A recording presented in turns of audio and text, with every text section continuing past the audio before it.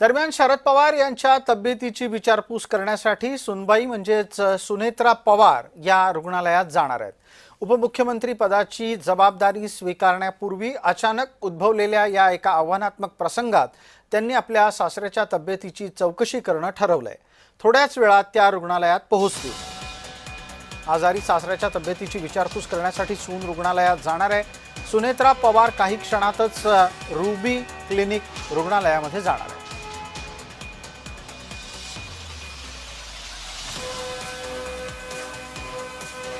या विषयावर अधिक चर्चेसाठी आपल्यासोबत रोहन कदम आमचे सहकारी पुण्याहून जोडले गेलेले आहेत। रोहन, पहिल्यांदा 30 सेकंदात पटकन माहिती अशी द्या की शरद पवार कधी बरे होतील आणि कधी घरात जाऊन आपल्या नियमित कामांना लागतील।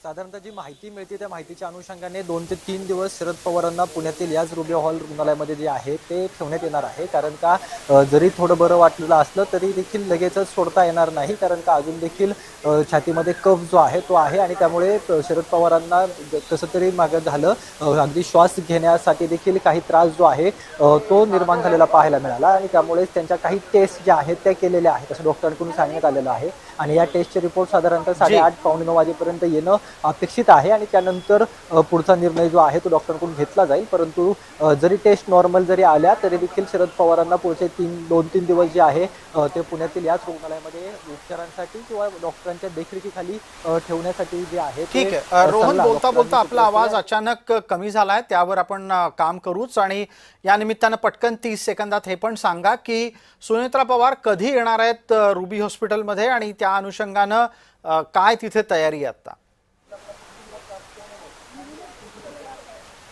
खरं तर केवळ उपमुख्यमंत्री सुनेत्रा पवारच नाही तर त्यांची दोन्ही मुलं पार्थ आणि जय पवार देखील या आजोबांना भेटण्यासाठी, त्यांच्या आजोबांना म्हणजे शरद पवार यांना भेटण्यासाठी जे आहेत ते रुग्णालयामध्ये पोहोचणार आहेत। साधारणतः तासात 12मध्ये त्या पोहोचावेत अशी अपेक्षा आहे, कारण का बारामतीतील सहयोग या निवासस्थानाहून ते निघाले असल्याची माहिती मिळते। त्यामुळे साधारणतः तास सव्वा तासामध्ये त्या रुग्णालयामध्ये पोहोचतील।